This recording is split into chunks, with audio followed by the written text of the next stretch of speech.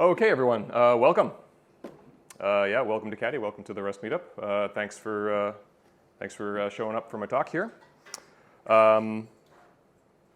We can basically just get right into it.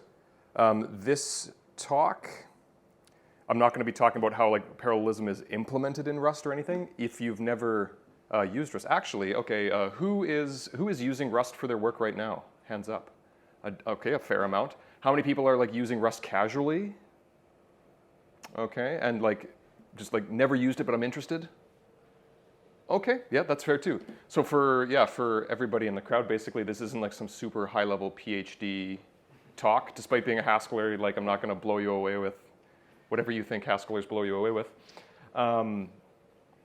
It's practical take-home stuff based on mistakes that we've made in production, thinking we were smart but we weren't, and just things I've seen on the net or in person, bad habits and other such things.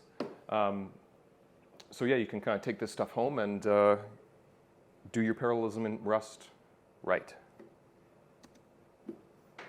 Here's what we'll be talking about today. Just to introduce myself quick, what we're trying to, what we would like to achieve. There's three main questions we're going to ask and thus answer when we're approaching a certain parallelism strategy in Rust. Just some basics, running through the combinations, a recap of what we found out, and then some extra topics depending on how much extra time we have, and then any questions and other open discussion that we have. I'm Colin, so thank you. I'm Foskers on all the internet things. Twitter, GitHub, anything else. I've been using that name since I'm 12, and it'll probably die with me. I work at CADDi. I do mostly back-end Rust development. Some of my teammates are here. I mainly write Rust professionally, Lisp in my spare time, and I'm a long-time Haskellr as well. Okay, let's just get right into it then. So we've all thought this, we've all had some task that we wanted to do. And okay, so this is a Gen 10 ThinkPad X1 Carbon. It's a laptop. It has 16 CPUs in it. Okay, it shouldn't be hard to utilize those CPUs, but often it kind of is. Especially if you've written C or anything, and you're just I want to do two things at once. It doesn't make that trivial. Rust is supposed to, right? They tell us oh, fearless concurrency. But it's not always obvious on how we can kind of do it. I just want to do two things at once, right? And it shouldn't be hard. Especially because the Apollo guidance computer that put man on the moon had 2 megahertz of processing power. And I have a Raspberry Pi in my living room that has 4 CPUs with 1,500 megahertz each. So 3 orders of magnitude more than the Apollo guidance computer each, right? And that Apollo, the guidance computer had to do everything on that in the whole system. So they did it in the 60s with 2 megahertz. So my 16-core monster here should be able to do whatever I want it to. Being a practical talk, there are 3 questions that we are going to answer for making a decision about our parallelism strategy in Rust. Here are the 3 questions. 1, are we already using async? You might be okay, well, what does that mean? Are we already in a web server where async and everything about it has been forced upon us? Are we already using SQLX or something like that is forcing us to interact with our database in an async way? Personally, I think it's kind of rude when just normal utility libraries force you into async. There are ways around that. But this is definitely one. If you're already in async, it doesn't cost much to stay in it. The second is, do we care about errors, basically? Is our function returning in sometimes option, but mostly result? That's another one that's important. And then do we care about bounding the parallelism? So, you've got 16 cores. Concurrency will come up. Are you trying to hit some API with a million requests at the same time. Probably not a good idea. So there are ways to bound that. Here is our decision tree as an actual diagram. That might be hard to see from the back. I'm sure it is actually. But the idea is we've got two main branches here. Are we going kind of like the Tokio-based async route, or are we going to go the Rayon-based kind of like automatically parallelized collection processing route? And this will, smaller versions of this will appear throughout, and it will be much clearer. By the end of this, you will basically have this as a tool that you can take home to make decisions. Okay, let's just keep moving. Do you need async? Okay, if you've written, say, JavaScript or Python, and you want to do two things at the same time, like the async keyword is just sort of what you reach for, like async await, duh, that's just how you do everything. But doing two things at once is kind of tricky because it depends on what you mean by two things and depends on what you mean at once. Why this is kind of tricky is because it's easy to confuse, and when we were in university, we all confused this as well, the difference between concurrency and parallelism. So I've got the Japanese here as well, but concurrency typically is doing multiple I/O things on one thread. You don't actually need multiple CPUs for that. That's basically what the guidance computer was doing. Compared to that, we have parallelism, which is independent tasks running on multiple threads across your CPUs. While you're parallel, you can also be concurrent, but the opposite's not true, right? If you've only got one CPU, like that's all you, like you're limited by that. You can kind of like thread your I/O actions together, or if you're tricky in using like Scheme or Lua or the languages that support cooperative multitasking on one thread, then you can do it. But otherwise, these are not the same thing. And here's the key point, async is, the async keyword, particularly in Rust, is mostly talking about this thing. There are ways to make it do this, but by default it does not. We'll get to that. So that's the main difference. So here we are. Async with Tokio, for instance, there are other backends that you might have heard of or used. It's best for very high amounts of concurrency, like where? Well, web servers, databases, all of that stuff, wherever you're making lots of I/O calls that you basically have to wait for. Whereas the Rayon library, you've probably heard of that, is better for general parallelism. What do I mean by general parallelism? That's like when you've had this situation happen many times. You've got 1,000 users or something. You just want to do the same operation to each of those users. Well, normally you would just map across it and just go 1, 2, 3, 4 and do the same thing. It's like, well, we can just do that using all your CPUs basically for free with Rayon. So burn this into your brains. You don't need async at all for parallelism. As well, if you care about binary sizes or just the size of your dependency graph in general, which you should, Tokio is a fairly heavy dependency. So here's my claim. If you can avoid async, do it. And again, in some languages that's heresy because there's no other way. So let's climb our decision tree right away. Okay. Here's basically our first split. Are we already using async? Let's say no for now. So we're going to go down and we're going to think about Rayon. Okay, Rayon just gives us easy access to our CPUs. It gives us the same API as the normal Iterator API. And hey, the parallelism is automatically bounded. So you can it's like a drop-in solution that just unlocks your CPUs. It's magical. Quick review for what I mean by the Iterator API.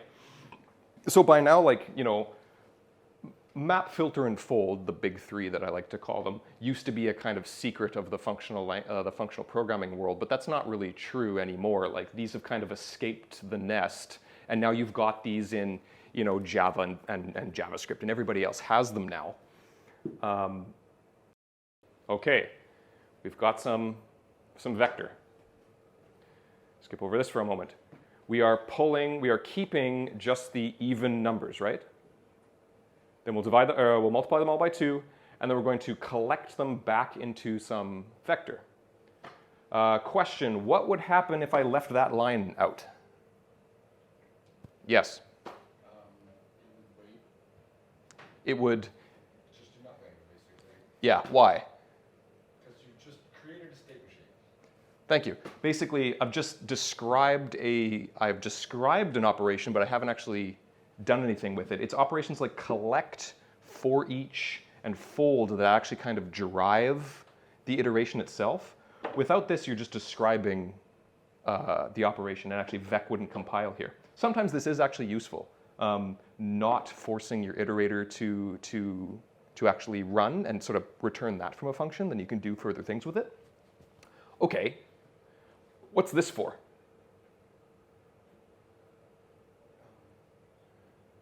Sure? No, there's another hand in the back.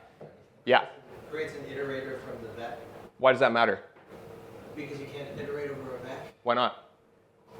In state. Okay. The vec isn't a state machine itself. Give me a more human answer. You need something to point to where you are in the vec as you go through it. So you need a loop counter. Okay, yeah. Mate? Vec does not implement the trait that provides filter. Correct. Okay, these are all true, yes? Because iterers can have no name, loading names. As well, yes. Here's a simpler thing. Being used to Rust, we're used to ownership. If say this wasn't here and I'm just filtering into it, what is the ownership characteristic of this n? Do I own it? Is it borrowed? Is it mutable? It's into it, then you go to Intuiter, and then you own it. Yes. So it's Now it's borrowed. Yeah. The compiler will, by default, just assume Intuiter if you, or I guess, well, if you have the for syntax. If you're using for, that's true. But for here, you cannot do this. That won't compile because there's no filter implemented directly on vec. Why? Because if you were just filtering, you don't know which access pattern it is. Is it borrowed? Do you own it? Or is it mutable? If you wanted the mutable variant, that would say iter mute, right? If it was the owned variant, it would be into iter. And if those sound weird and arbitrary, it's like, well, you get used to that after 4 seconds of using Rust. This lets us actually borrow it. We can't continue quite yet until we decide what we want to do about the errors. So we're talking about Rayon here, and keep that example of the iterators in your mind. Can we error? We're going to say no. So I just want to do some simple calculations over an iterator in parallel, just give me my CPUs, you jerk. Okay, well, we can do that. We're going to go here. So we'll just collect into a vector, similar to what we were just doing. Okay. This is very similar to what I was just doing. I've got my vec. Here I'm printing the results in order. I'm not actually I'm not collecting here, but I am printing. You would see that iter became par iter, drop-in replacement basically, and indeed we can see that it's occurring in parallel because they're just printing in a random order, implying that the work was scheduled off to different CPUs, and they each had access to I/O, and then they just printed as they sort of raced for that. So that's the magic. If you've never had a chance to use Rayon, many of you probably have. If you've never had a chance, here you go, drop-in solution, and it just works. We can see map running here. That looks like it's the map on iterator. It's not. And parallel iterators are not iterators, and we'll get to that later. But basically what the Rayon guys did is they reproduced the entire iterator API, but just with parallel functionality in the background. So we can think that it's the same thing. It's not actually. We can assume it is and just get on with our lives. Although it takes an FN instead of an FN mute. I haven't double checked that, but Map takes FN. those three traits are something, the FN mute, FN once, and FN are a thing I don't like about Rust. I don't find those intuitive at all, and every time it matters, I have to look it up, and I still don't understand. So as a professional, so I feel like that's something that maybe can be improved. So, quick note, if we collect orders maintained, that's the super convenient thing. Because like, wouldn't it be stupid if you had if you're like, okay, I've got my users from 1 to 10, and then I process them in parallel, and now it's just in a random order. Like, the order might have mattered. Sometimes that does. If you've ever like, zipped two things together and assumed the order was like maintained and wasn't for whatever reason because you were zipping hash maps, then you've felt that pain before. Okay, my function can error, and I want it to stop immediately if anything in there stops or errors. Just stop the whole thing. Just short circuit, get out of there. This is nice. It's actually the same thing. It works this way in the standard library as well. If you didn't know this, because you're used to probably collecting into like vecs and hash sets and hash maps all the time, but did you know that actually you can collect into a result, like a parent kind of result, if the intermediate maps, like map step resulted in a result, you can collect into kind of a parent. And then what it does is, what this particular behavior does, this is actually implemented as a trait implementation on results directly. It will say, as soon as anything was an error, just stop and return that one bad thing. So look down here. So we were printing while we were determining if it was odd or not. So 2 came through, then 6 came through for some reason. Maybe because that's halfway down the collection. So maybe it's doing some sort of like index-based Newton thing. Then it comes back to 3, and then oops, printed 3, and now we're odd, and now it's stopped. We noticed the rest of the numbers did not print. So indeed, it's occurring in parallel, and we saw it short circuit. Hey, pretty cool. And again, even if you're not using Rayon, you can still collect into result like this if you were moving in serial to short circuit. The Haskell people will recognize this as being the traversable instance on result. Okay, now we want to collect all the errors. Because again, because we're going in parallel, sometimes like you wouldn't want to bail on the first thing. Like maybe you wanted to actually let everything finish. Or at least try, like you wanted to at least try for all of your users or whatever you're processing. Well, there is a crate called validated, which will let you do this. If you have written Scala, certainly, and perhaps Haskell, there's a similar pattern. So we're now down here. We want to collect them all, not Pokemon. It's very similar to what we were just looking at. Okay, let's just walk through it. We've got our vector, pariter.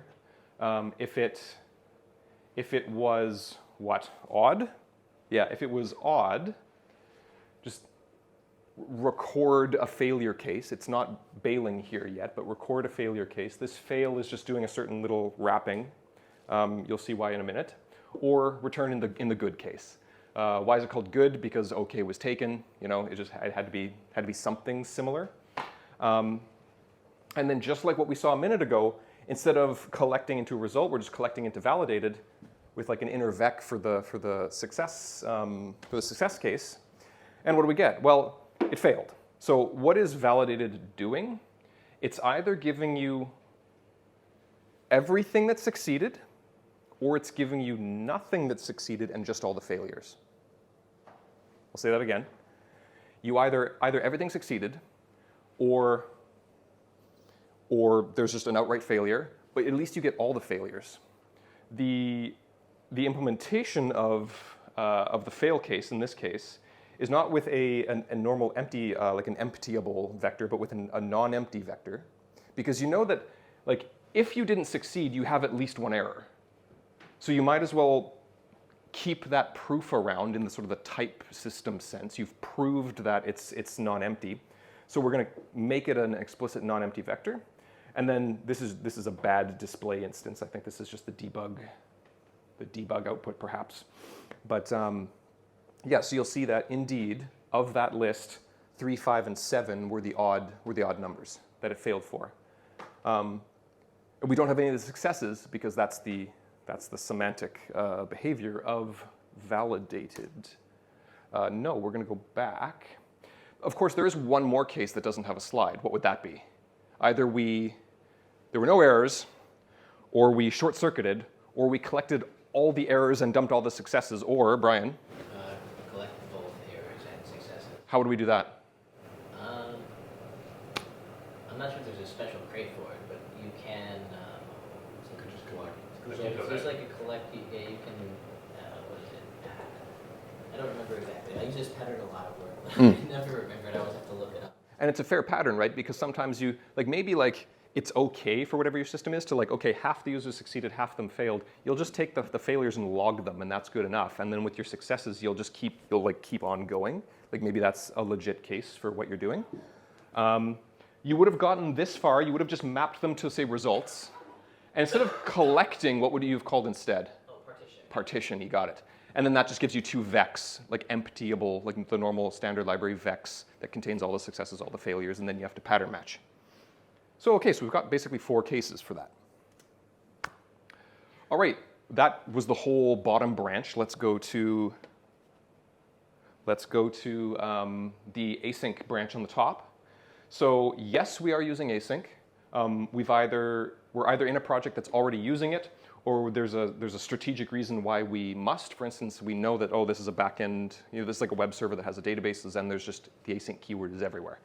Why do we want to avoid that async keyword? It's because of what you might have heard of. It's called the red-blue problem. Yeah, and again, in a language that has monads and other colorful type system things, you're used to this. You're used to having your contexts kind of smashing up against each other, or the barrier between things that are pure and the things that have some sort of context. Rust doesn't really use the M word, but there's nothing to be scared about.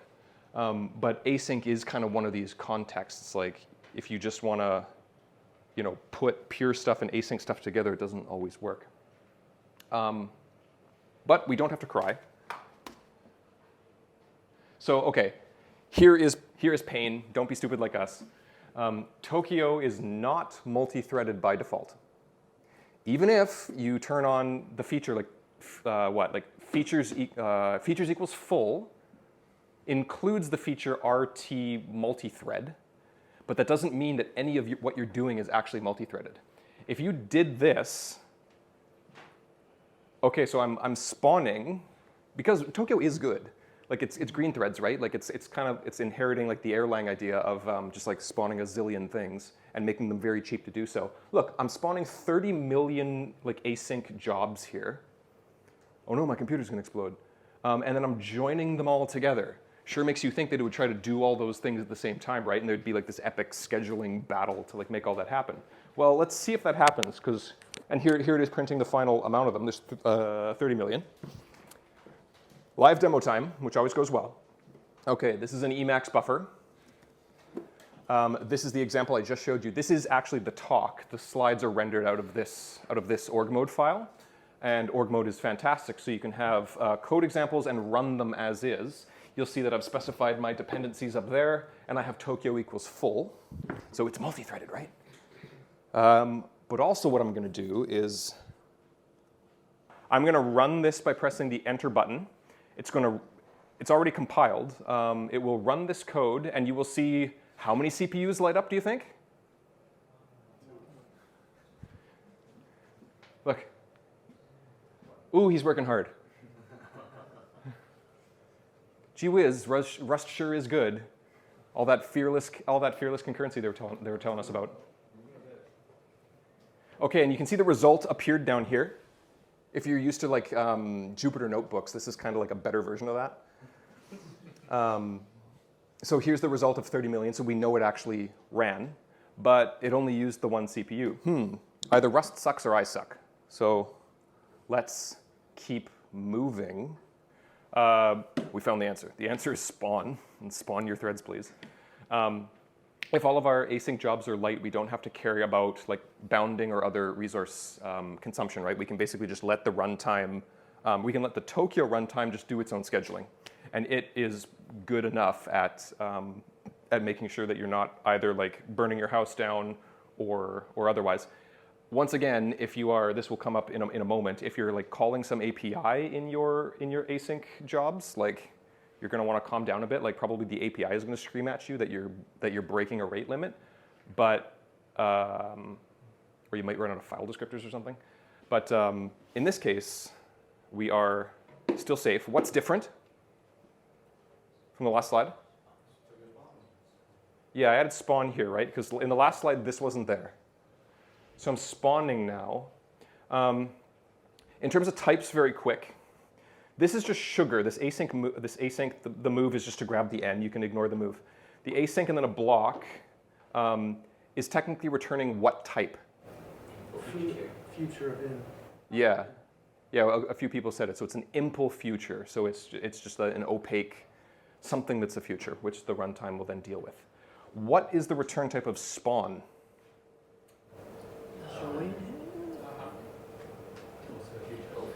He had it. It's join handle. What particular trait does join handle implement? Future. So basically, it's sort of the same thing. Hey, and look, it looks like I was telling the future here because this is still, there's no par here, right? That we're not talking about Rayon at all. Here we are just iterating through a million things, mapping. This jobs is just an iterator, right? And it's an iterator of what? Well, it's an iterator of a whole bunch of join handles. But not yet ran. What will run it is the join all function. As in the previous slide, makes it seem like it'll actually drive all of those jobs to actually do something, which in this case is true. Like it always does that. What join all does is basically loops through every single thing you give it, awaits it, and then collects into a vector. So nums is a vector. Okay, this is 1 million this time. What will happen? Are we going to see like a nice little? Are we going to see a nice little party here, like a warm CPU? So watch the results, the little results block down there. Okay, I've deleted it, so we'll actually prove that it's going to run, and you'll see it over here. 3, 2, 1, heat. Hey. Okay, it went really quick. I'll run it again to prove to you that something actually is happening there. Okay, oh. Briefly at the end, you saw 1 CPU spike. That's just the collect of the vector. That ends pretty quick. Activity, life, right?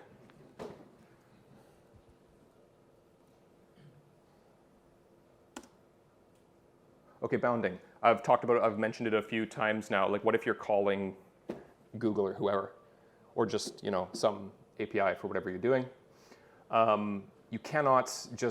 You can't do what I was just doing and just spawn willy-nilly and make like 10,000 async jobs, because Tokio will try its hardest to do all of that. And if it is all I/O, it will, it'll actually, try to do all of it.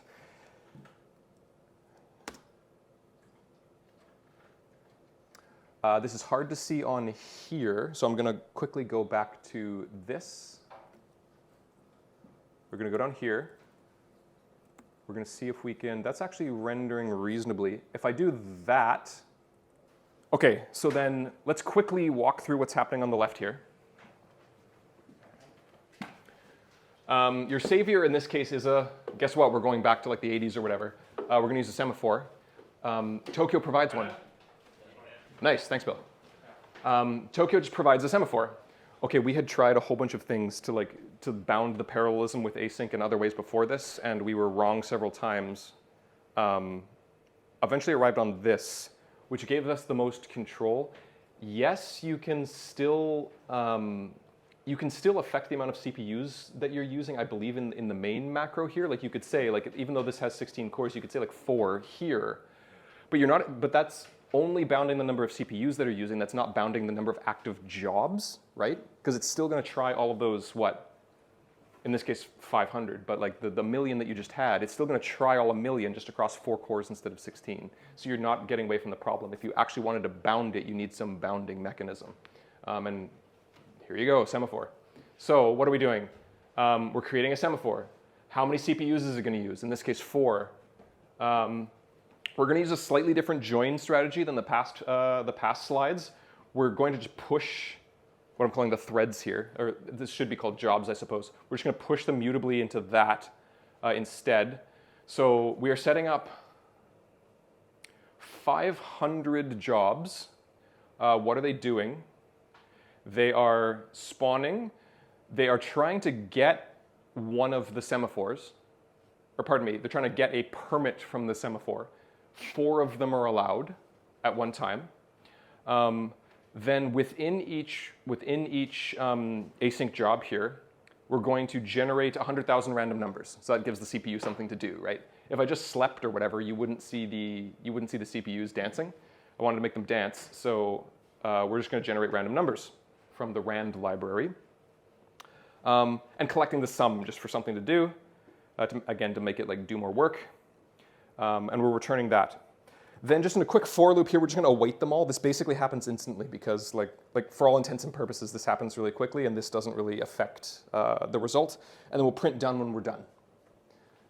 Any questions on that before I run it? No? Is it clear what a semaphore is? No? A semaphore comes from railways. It's like a switch that says like you can go or you can't go. So here the term semaphore is used to basically to stop and start the jobs. Oh, quick thing. You'll see that the permit, like how do we know when something's finished? Like how does the runtime know when to keep going? What's going to happen here is that all 500 jobs are going to get here, right? They're all going to get to this line and this await. Recall that the await semantics are slightly different in Rust. Like it'll get here, and then when it awaits, it yields to the runtime and says, you go do something else, and then call me again when you're ready. Whereas say in like Scala and I think like JS and Python, await semantics means, no, I am blocking. No one else gets to do anything. And I'm going to wait here blocking until I get the result. Rust is different. Was that clear? Everyone knows that point? Okay. But drop semantics here. So all 500 are going to get here at the same time, and only 4 of them are going to make it past the first await, right? Because there's only 5 permits to come out, and the semaphore is keeping track of that. The permit will drop automatically at the end of the scope here, at the end of the block, like right there. Yeah. The blue curly. This blue curly, yeah, he's going to drop automatically at the end of the blue curly here. And then the semaphore will see that, and then another acquire call will then release, and then the next guy who's waiting, Shores?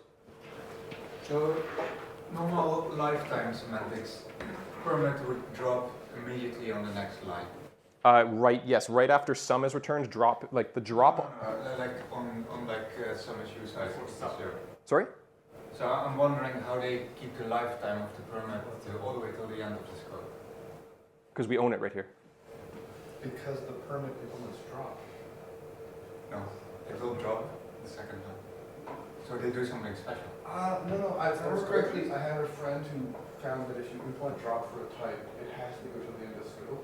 Whereas if you have a record style struct, then it does it based off of every field. As long as you don't name it underscore, then it will drop immediately. Oh, Yes. I think everyone fell for that at least once. Yeah, we've had some issues with like the drop happening too fast or happening like not when you thought it would be. I believe in our code we are actually proactively dropping the permit at a particular location just to let the when we're done the important stuff, but we still have something to do here. But it's like, hey, we can release the permit early, so we just do some more stuff and then return, and that's fine because like we've stopped smacking the API or whatever. So the permit is dropping, and then the next guy in the line of 496 jobs is going to continue. Watch the CPUs. I'm going to press enter, and you are going to see the word.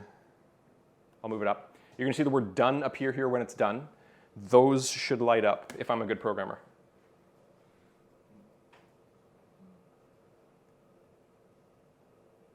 Done. How many CPUs lit up? 4. Okay, to prove I'm not a hack, to change it to 8.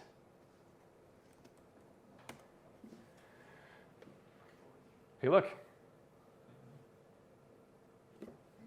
Bounded parallelism with async. Any questions?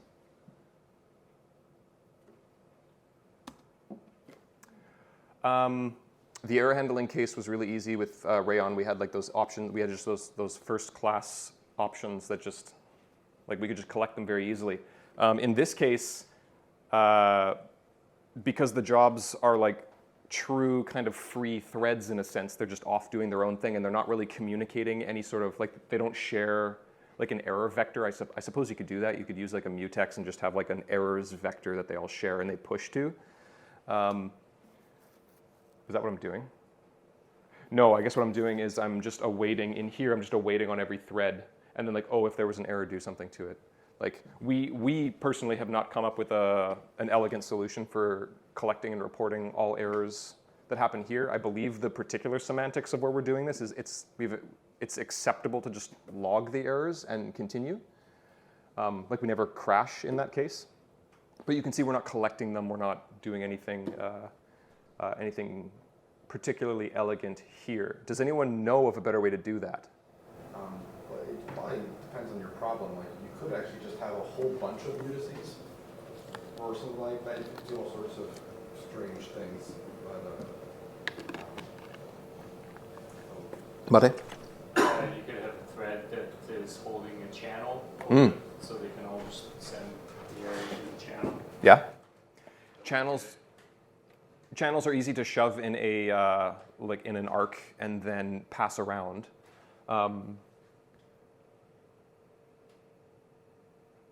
And then basically what he said, like every time there's an error, just push it to the channel, and then you've got one dedicated actor somewhere that's doing something with the errors. Yeah, that's a good idea, using a channel. Tokio provides its own channels, but there's also channels in the standard library. The standard library ones are fine. Okay, we're actually near the end. We've got other topics to talk about, but here are the main takeaways. Unlike other languages, you don't need to reach for async first. Other languages may force this upon you as the main way to handle doing two things at the same time.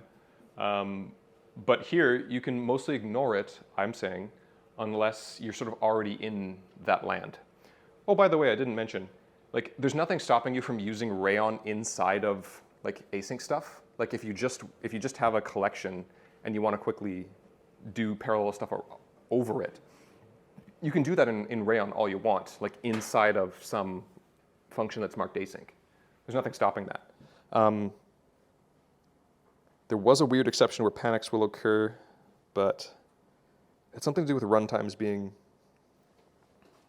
Does anyone know what I'm talking about? Like it'll panic if there's a...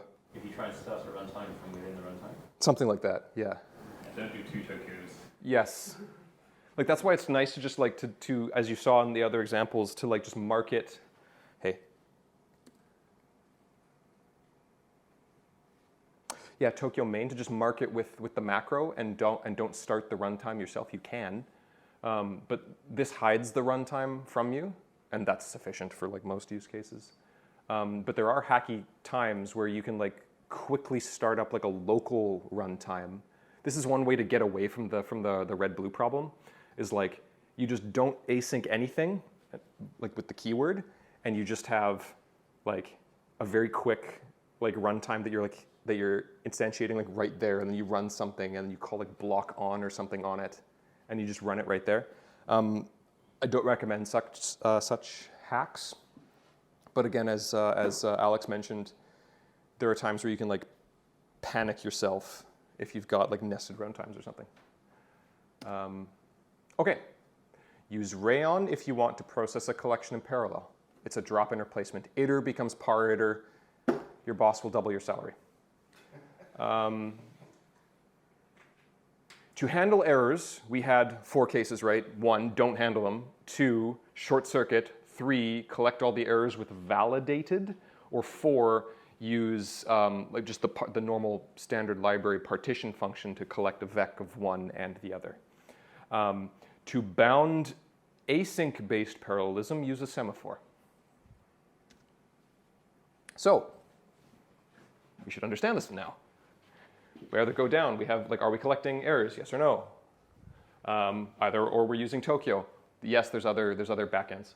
You don't have to use Tokio, but it's fairly representative. Are we bounding? No, then just live your life. If you are, use semaphores. I'm Colin. That's my website. I'm Foskers on all the things. Thank you very much.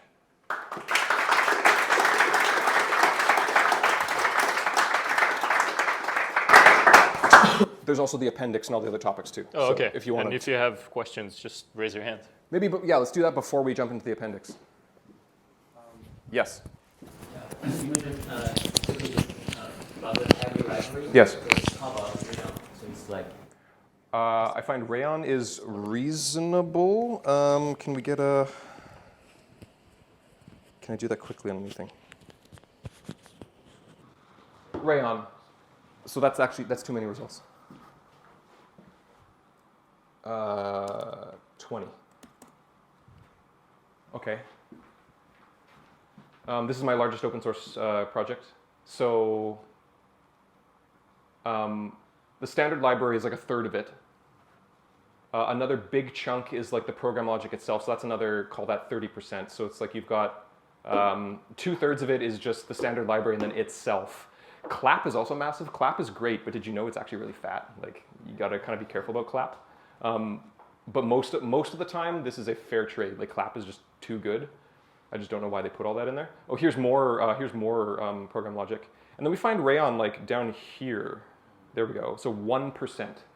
I mean, this is with LTO equals true.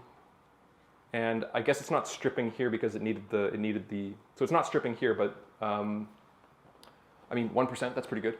Tokio, if Tokio were in there, it would have been a big chunk because it pulls like half of crates.io into your dependency graph. And dependencies are liabilities. More questions? Sorry, did that answer your question? Yes. Thank you. Alex? Do you guys know about the buffered method on stream? Yes, so I've looked at that. What else did we look at? We looked at the chunk method from Itertools, like manually chunking things and then running jobs that way and then continuing on with chunks. That's clumsy, but it kind of works. Buffered streams just didn't work. Oh. Maybe I did it wrong. Okay. My understanding is it's supposed to do basically what you did with the semaphore. Yeah, precisely. I couldn't. Maybe I was just not doing it the right way at that time, but I did try it and it didn't have the expected effect. Okay. That's from the futures library, right? Yes, from futures. Yeah. Yeah. Please prove me wrong. Yes. Can we use green thread? Sorry? Can we use green thread? Tokio is green threads. So I mean, like an MM model. What do you mean? So you have M tasks on N threads like this. That's what Tokio is doing. Rayon uses work stealing. So normally Rust does not use green threads. It's just like a thread is a thread. A thread is a hardware thread. Rayon does work stealing and is using your CPUs directly. Hence, the Rust people came out with async. And then we have the runtimes, Tokio, async standard, and small, I think, are the main ones. And that's all green threads, and they have their own scheduler inside of that. Okay. Does that answer your question? Yeah. Okay, thank you. Next. Yes. And you had problems with starvations? Like, you showed how you maybe can run like Rayon inside Tokio or like run basically CPU heavy tasks directly inside Tokio and didn't like spawn threads or anything. Another way to ask that question is like, does the Tokio scheduler and the Rayon scheduler fight? We haven't seen it fight. So I'm talking mostly about Tokio because it made for sync tasks which aren't supposed to do heavy CPU tasks. We haven't had a problem with that in particular, but I will in a moment talk about how you can be affected by Docker in a resource starvation way. Cool. So when you spawn, So when you spawn threads in Tokio, you might just be spawning a thread because you have to make that run by itself because otherwise you'll just be stuck, right? With Rayon, like you have like a big chunk of stuff that you can all do all at once, but it's all the same kind of task. Yeah. Have you had any issues where you've had more like an assembly line, let's say, and you want each part of the assembly line to run in parallel, but you're actually just doing it's more like a flow programming, but each step of the assembly line runs in parallel, right? Use Axum, like just do actors?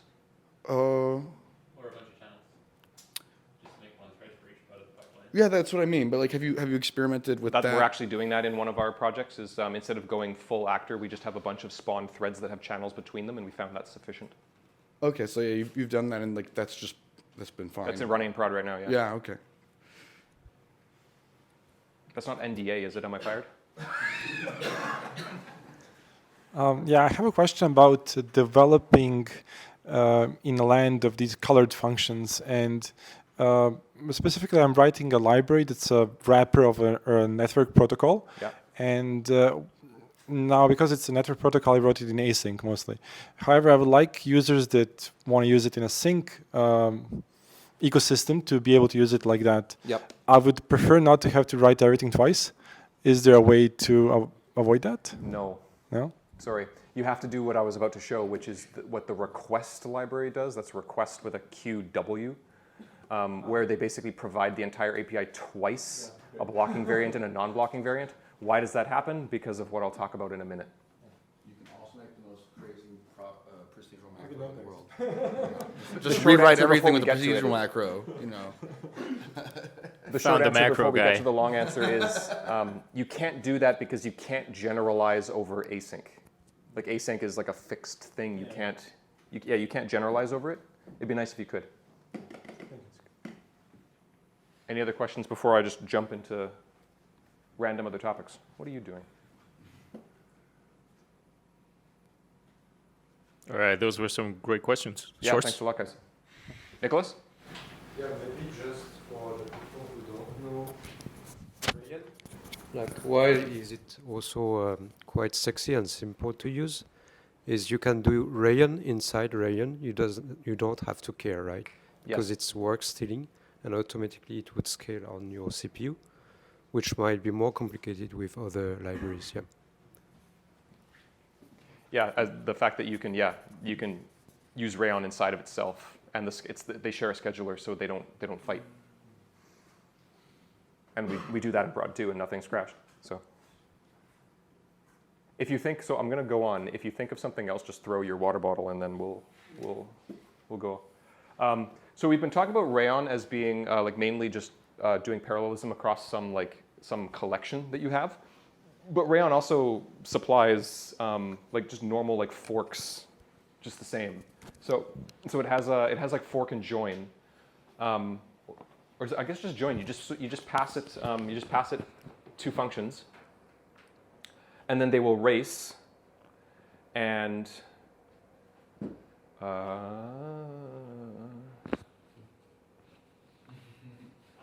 they're work stealing. No, I don't know. Pardon me. It's not racing. No, pardon me. Look at the type signature. It is doing both. There might be a race as well, but basically you're not. What I'm saying is that you're not limited to collections. Like if you wanted to use Rayon for all the good reasons it exists, and you didn't want to like do like manual forking through the standard library, you can just do it this way, because you can just give it two little functions. Just say, hey, you just go do it, and it'll give you the results once they're both done. So that's convenient. That's nice where you just want to like do two quick things at the same time. Can I ask a specific question about sharing in Rayon? Yeah. Do you know what happens if like there are multiple versions of Rayon in your dependency tree? Do they share? Presumably not. Like if a library function were doing its own Rayon stuff in the background. One That's of a your good crates question. is Would they using share Rayon. a runtime? Probably. Will they share a scheduler? Probably. Even if they were different versions? Ooh, that's tricky, would they? I presume you'd end up with 2 statics somewhere, each of which with a Rayon scheduler in it. Yeah, yeah, and they would just be fighting for CPU, and then the fight would occur at the OS level. It would just make twice as many threads as it should. Yeah. I suppose so. Yeah, I guess it would just be a bit inefficient. Yeah. That's a really good question. What happened? Well, unless there's some like Rayon core crate, which all versions of Rayon since the beginning of time all Somehow I doubt it. Gonna rev it and What happens if you pass Rayon an infinite iterator? It'll just go. Because well, sure you could do that. Sure you could do that. Like because if you would into parallelism. yeah, like as long you could end it in a for each, right? The last method could be a for each. Actually, let's just go to the next slide. Rayon, you can't use it in for loops like this, right? Like this won't compile. Why not? It's not an iterator. Yeah. So the return type of this method is a thing called parallel iterator, and the parallel iterator struct does not implement the iterator trait, or rather in this scenario, the into iterator trait, because for is just syntax sugar around anything that has into iterator, and they basically have the same performance characteristics. Like you can just consider this sugar. So this doesn't work, and of course it doesn't. Like regardless of what this return type is, like. What would this do? Like how would this work? Okay, I've got the for, but like iteration order and like run order. Like how could this possibly work? Just intuitively, Mate? Yeah, well, it feels like it should do the same thing as if you were to do for each and then do the print in there. Intuitively, yeah, you'd want that, but like because this is like a fixed Rust thing, like it's fixed syntax, right? Like how could that possibly, like there's no special rule in the compiler to like make this work for parallel. It only works for normal iterators because it's like built in, right? It's special bespoke syntax for that. The other question was infinite, right? So if this vec was in fact an infinite iterator and you were ending it in a for each, you would just keep going, which might be a legitimate thing that you're trying to do. Like say you're just like listening on some thing. Where would you get your infinite iterator from? A really big file? No. A socket or something? Maybe you're like you're iterating on a socket? I don't know. I mean, like it's maybe an alternative to doing strings synchronously, right? But yeah, I would go forever, because for each would just drive the actual operation. You'd never collect into anything, but The reason I ask is because like, would it actually like run parallel each different? yeah, Would it run parallel each different part that's coming in one at a time? provided they came in fast enough and the actual like thing that you were doing was slow enough that new data came in faster than the individual thing was running, right? Right. Which is the usual problem with parallelism in general. Like sometimes just doing it in serial is faster because of overhead, scheduling overhead. Yeah. So that doesn't work. So this is the real answer to the question that was asked a moment ago. The fact that, like, I feel like there was some kind of missed opportunity here. One thing that the Rust guys did was they looked at Haskell and other languages and they're like, okay, there's all these monads flying everywhere. Like, which are the most useful ones? And then they settled on option and result. And they said, as a value judgment, they said, basically, guys, these are the only valuable monads you'd ever want to use. What is a monad? It's basically just like an execution context. You can imagine that if you had a function that went from a number to a string, that's what we would call a pure function. It can't really fail. Like it always does a predictable thing. There's no like context per se. But if the number instead, say you were going in the opposite direction, like an example of like parsing a number out of a string, that can fail because like if I pass the word hello to a number parser, what's it supposed to do? It fails, right? It might return in option or result, and that's what we could call like a failure context. That's basically all monads are. They're just contexts, like execution contexts. And the question mark that we're used to using basically is like sort of short-circuiting. That's the effect of this context. Crap, I need it. Never mind. So when we are kind of, when we're in our sort of our failure context, say our function returns in result. We do this all the time. One line might be a pure thing. The next line might fail, in which case we question mark it, right? And we know that if it actually was the failure case, it would short circuit and we would just leave. Well, there's a special version of the question mark for async. What is it? It's the await keyword. Well, method, I guess. Keyword. Yeah. Why is it like a dot? Anyway. The fact that they didn't make those the same thing, or that they didn't unify them into some sort of same thing, like they didn't own the concept of like context, means that there's lots of friction when you're dealing with these three things at the same time. And it also means that you can't generalize async in general, and now our friend has to like implement his API twice. It would be great if somehow,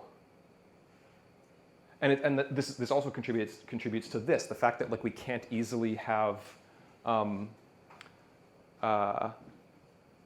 like functions that return like async blocks in a way that we expect. And again, playing with errors is also like, they just don't work all well together, and I feel like there was some missed opportunity here. One monad, the iterator. Yes, fine.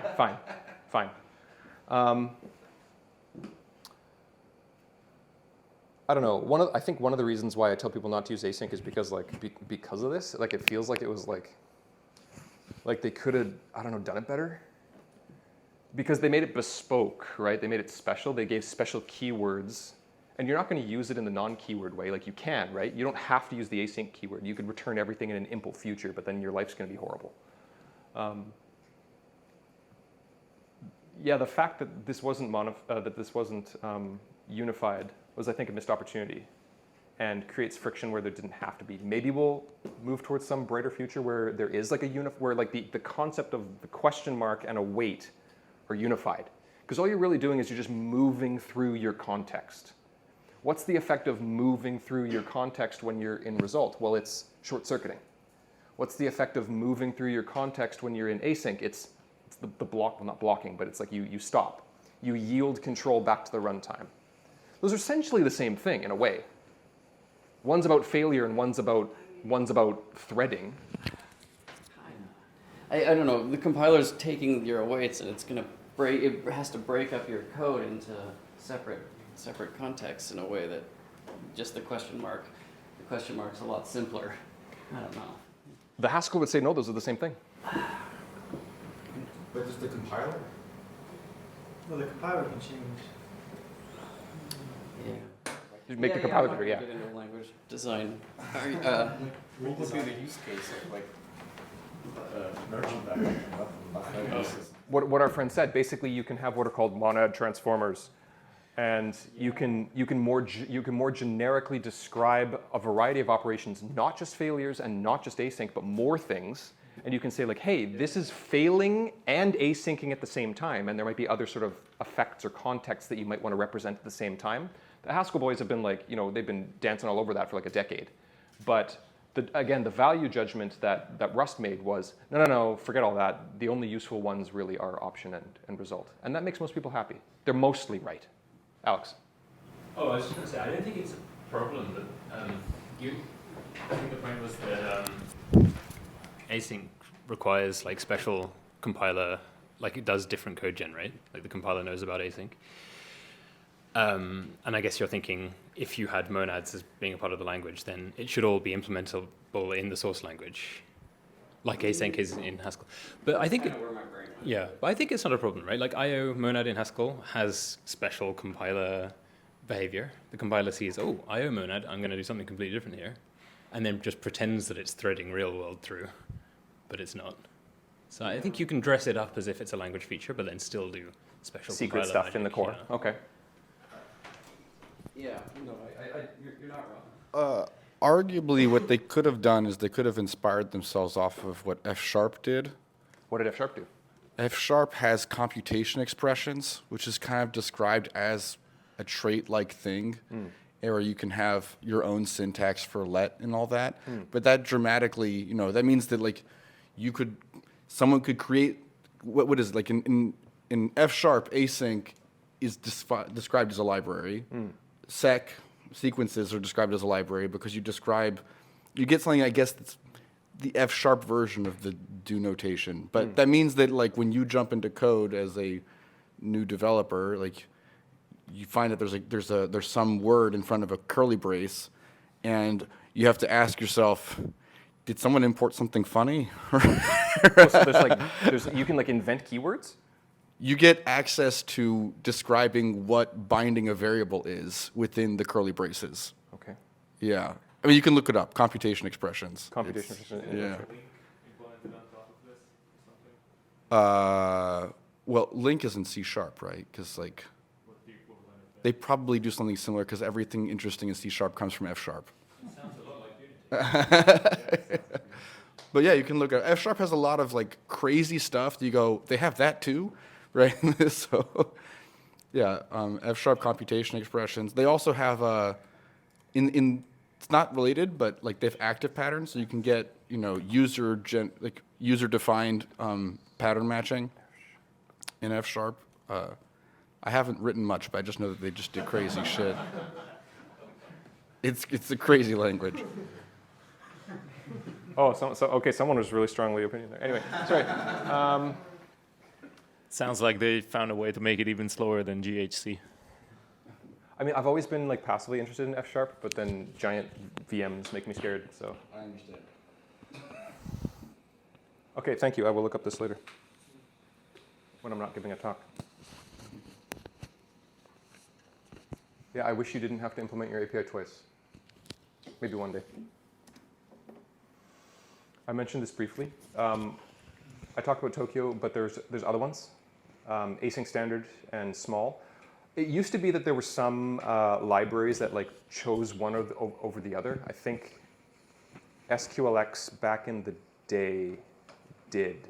But by now, most of them have been smart enough that they let you like dynamically plug in your runtime, and they just have different feature keywords that you set in your cargo.toml. You can just very easily swap them out. But by and large, it's Tokio, and then the sort of the distant second is async standard, then small, I think, is, well, it's there. Has anyone used anything else, or does anyone have any opinions about those two other than Tokio?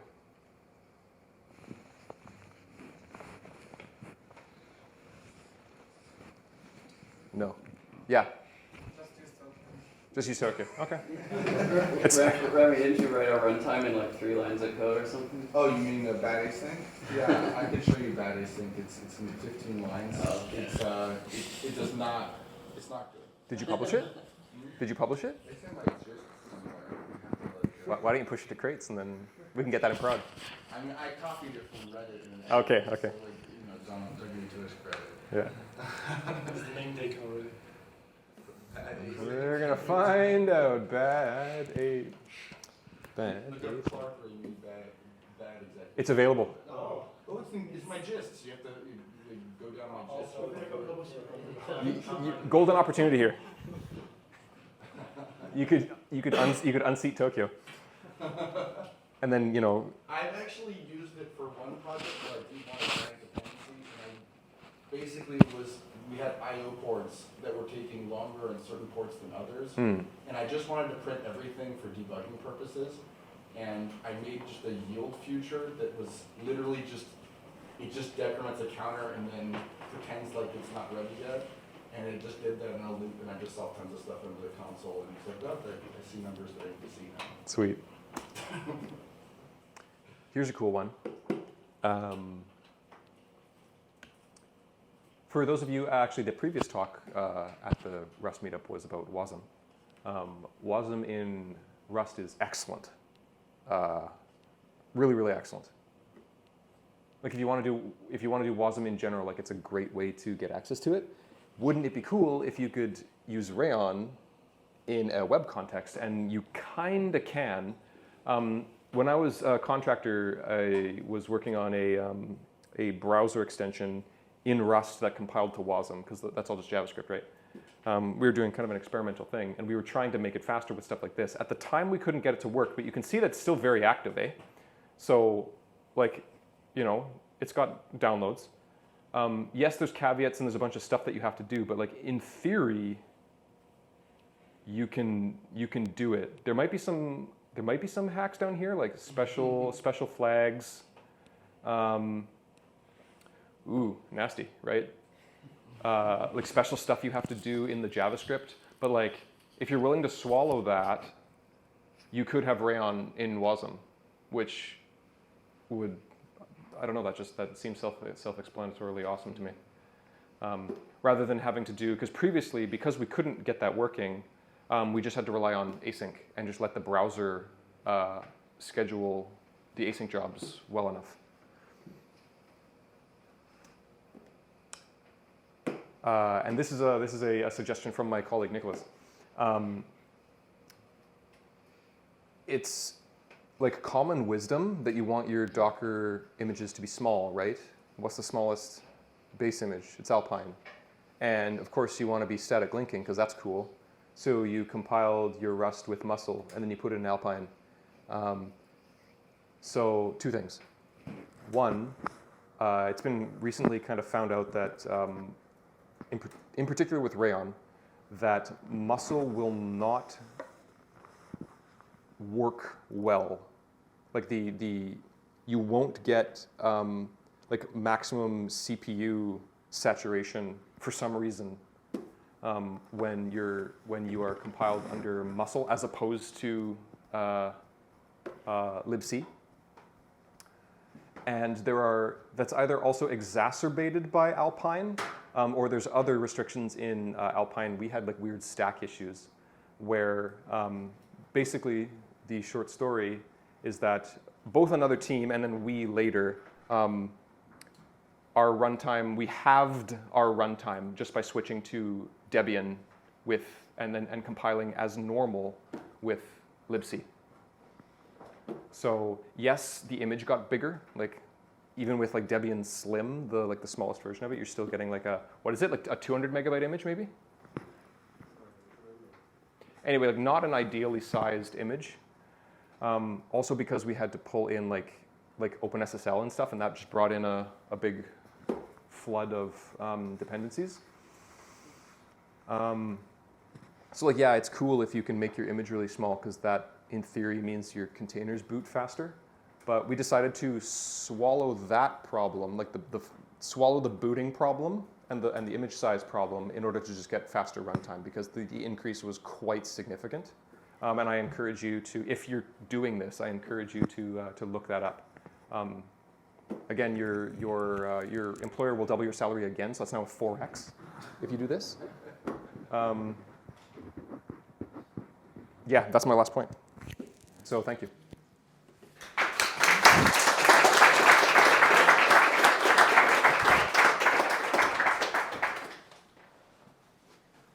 Thank you for the talk. Since it's your first time with us. Time flew. Yeah, first rule of Rust meetup is we have to talk about Rust. So how did you get into computing? Oh, okay, sure. I started programming when I was 15 on a TI-83 graphing calculator. We wrote small little like root solving functions for our math class, and then our teacher found out and wasn't happy about it. That turned into a Java class at lunch in grade 12. That turned into a computer science minor in my first degree. It was then my hobby for a few years after that. I taught myself Haskell. After I did a bunch of Python. People were talking about Haskell. I tried it. I thought it was great. Then I moved back to Canada. I was in Japan at the time. I did a second degree in computing science, started my actual career, and then it's been 10 years since then or so, and now I live here again. I switched so I had written Haskell for like 10 years, both in open source and professionally, and yes, you can write Haskell professionally. It's a fantastic language. You don't need a PhD to write it. The bar of, what's it called? It's called the bar of like base productivity or whatever is much lower than you think it would be for Haskell in general. So your during first language was Python, you said? well, TI Basic, TI Basic. then Java, and then in my minor it was like like Ruby, C++, C, then Python on my own time, and then Haskell after that, then a bunch of stuff. And then during COVID, I picked up Go and Rust. Go took 2 days, and it was like, that's it. And then I tried Rust instead. I went through the Rust book and was like I'm home. Like basically, if no one's told you this, Rust is just Haskell that looks like C++, and they don't use any of the they don't use any of the same words. Like the monad word is like carefully hidden, but it's all in there. You're basically writing Haskell every time you write a line of Rust. I love that they did that. Basically, it's like they slipped Haskell in. I got to kind of speak the way I wanted to speak, but no null, no exceptions, and no garbage collection. Like who wouldn't? And your binary size is like 10 times smaller than it would have been. Compilation time is like a third, and it's much faster. So to me, the advantages were obvious, and I did that during COVID. Contracted in Rust, and now I do Rust professionally here. So that's it. You've only talked about the positives, and by the way, what was the language that you used immediately before coming to Rust, if you remember? Haskell. Haskell. Yeah. It was not some weird Lisp. No, no. I got Lisp was like more like in the past year or so. Gotcha. I'm Yeah. just asking because the way you formatted those brackets, it looked like you're definitely a Lisp programmer. Oh yeah, that was a weird thing. Semaphore example. Sure, yeah, that was just some weird line wrapping. So what was like something really difficult to learn in Rust? In Rust? Rust isn't beautiful. That has nothing to do with what you just asked, but Rust isn't a beautiful language, and there are, coming from Haskell, like function composition isn't easy. Like ergonomics, like there's like things that could be much cleaner that just aren't for no reason. In terms of learning Rust itself, I found all of the, like I'm used to it now, but like all the difference between like iter, mute, and get mute, that stuff kind of seemed a bit like redundant at the time.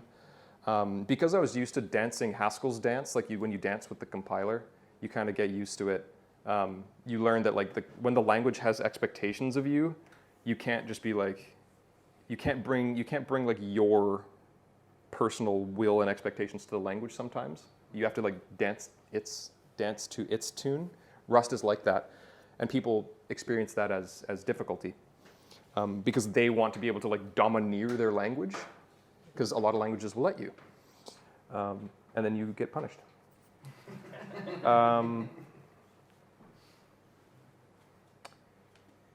like there's a lot of like looking up stuff, like obviously like like not being used to what anything is called and not being used to the ecosystem, of course. So why I was just talking about that is like ownership wasn't too bad because I was used to being told I was an idiot by the compiler, because I'd been told I was an idiot by the compiler for 10 years in Haskell. And you just get used to that, and that's a good thing. And I think that every time you are told, actually this was a good lesson that I got.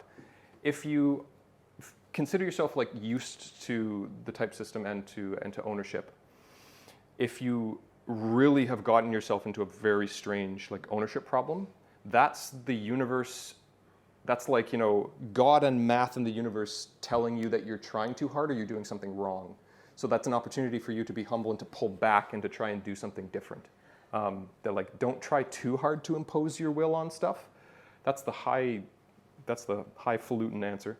The simpler thing is like sometimes just clone. Like cloning is fine. It's not that big of a deal to just like clone your way out of an ownership problem, because a lot of the time the compiler will optimize it away anyway, and it won't actually do the mem copy. And yeah, no, that's the main point, is that a lot of the times they won't actually get punished for the clone. What else was hard?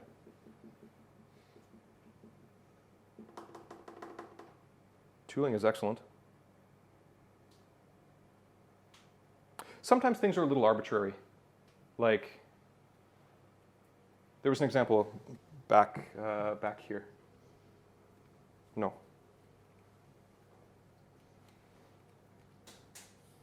Around here somewhere. Like, why do I need that dumb star on the end? Like, I know why. it's because I'm only borrowing the Yeah, number. this one? Yeah, like technically the n coming into the lambda is a borrowed, I don't know what that is, just the, like it's called a u size or something. Like this is technically borrowed. And then it's like, if you don't have that, it's gonna complain because that's an owned 2 and a borrowed n, and it's like, you can't do mod on that. And it's like, Rust, come on. That stuff feels a little pedantic to me. So sometimes the pedantics can get in the way. Some people might consider the entire ownership system pedantic, but yeah, once again, like you don't always have to, like don't be too eager to suddenly put lifetimes everywhere. Like you can avoid that a lot of the time. It's okay for your structs to own everything that they want to have. It's okay to clone things sometimes. Anything else? It does have pretty noisy syntax, especially coming from Haskell and Lisps. Especially, yeah, like Lisp and Haskells are like gold standard for having clean syntax. So like, blech. For me personally. So what's the topic you would love to see presented here? I'd like to see embedded stuff. And more advances in WASM, because it's been like, well, 2 years since I touched any of it. So I actually should have come last time, COVID. Yeah. If anyone's got like, can talk about some cool embedded stuff. Or the state of Bevy, the game engine. Because I haven't touched that for a few years either too, and it's like, it's bound to be useful by now. So if someone knows anything. Lots of great ideas. I hope you all are taking notes. Okay, thank you very much. Oh, That's sorry. it. Thank you. Okay, thanks.